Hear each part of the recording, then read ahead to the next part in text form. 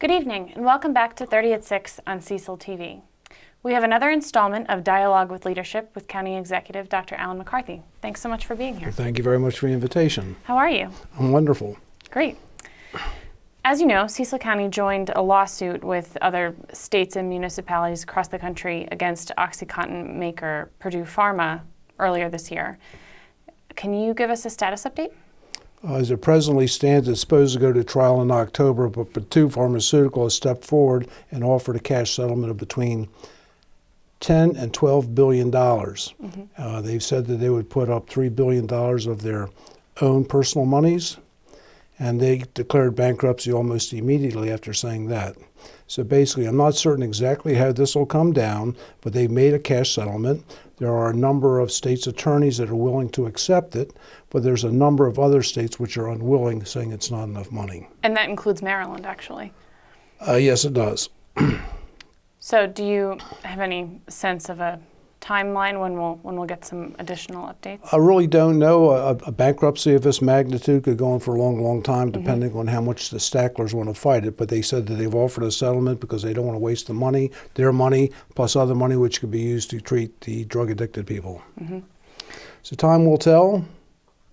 It could be that other pharmaceutical companies will come forward and basically enlarge the till or the money to be distributed, as well as the distributors. And there's 3 of those, and also a number of retail pharmacies which have been included in the suit. Do you have any idea at what point we would begin talking about how the money would be spent in the county? Well, I have a very good idea of how I would like to spend the money if we get it. I would like to put a certain portion of it towards rehabilitation of the people that are currently on drugs. I would like to spend some of the money to create a worthwhile educational opportunity to keep people from getting on the drugs. And the rest of it I would like to dedicate to the corpus, to an ongoing funding source for Cecil County. Yeah, I'm very interested to see that because I know that when there were settlements with the tobacco companies, Yes.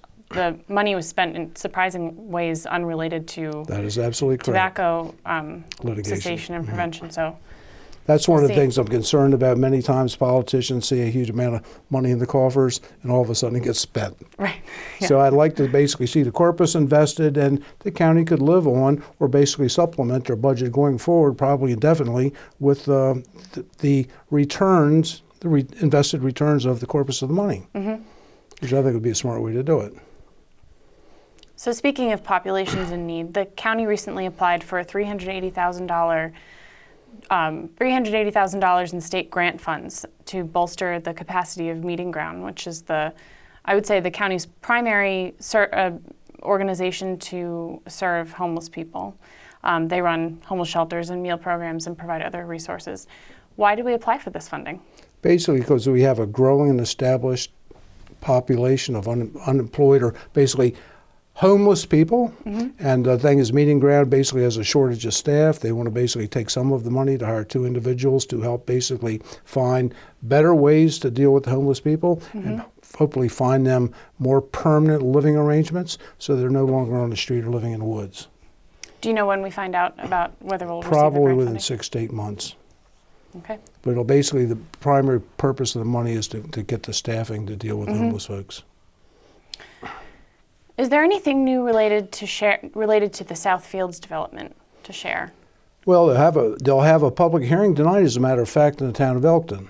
Ray Jackson basically has proposed a PUD for Elkton. I think some of the grounds are going to be withdrawn from the PUD. I think that the town of Elkton has asked for it not to be included in the enterprise zone.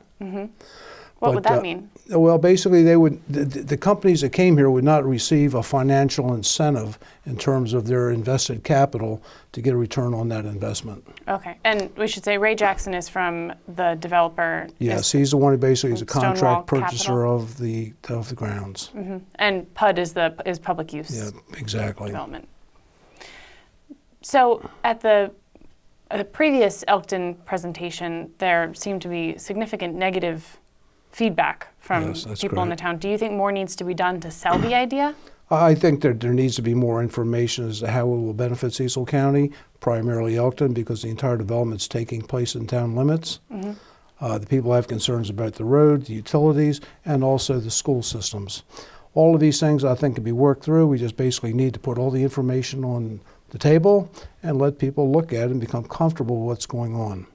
The other option they have, which has been on the books for 20 years, is to build 2,500 single-family dwellings, which I do not think is a good idea at all. Why not? There's no jobs associated with it, and we don't have that capacity to absorb that many homes in a brief period of time. This will probably take 5 to 7 years to establish. It comes with jobs, it comes with eateries, it comes with recreational venue, and then high-class housing, and basically also apartment buildings, and possibly even a marina down on the Elk River. Yeah, I heard there is the employer that might go into that space is a relatively high-paying one. Do we have any information about that? I can't speak to that right now. We'll circle back to that. But most later. of those jobs do pay far more than what's customary in Cecil County. Okay. So last question. There's a lot of talk about potential candidates for county executive on the Republican side, though no one has, well, as last I checked, no one had officially committed, though I think that may have changed as of today. What are your thoughts? Well, I think there's a number of people that are interested in this position. I think there's one female candidate. She's created a re-election campaign, and I was told there's another gentleman who currently works for the state of Maryland who is to apply, but I believe he already has. I'll let him have his own announcement. I welcome these people to come forward. We have lots of issues and problems to be addressed and concerns to be dealt with in Cecil County, and if they have better ideas than I would certainly like to hear them. So I welcome any and all comers. This is not an easy position. I enjoy it, but I'm more than glad to hear what anybody else has to say. Okay. Thank you so much. Well, thank you. It's always a pleasure to be here, okay?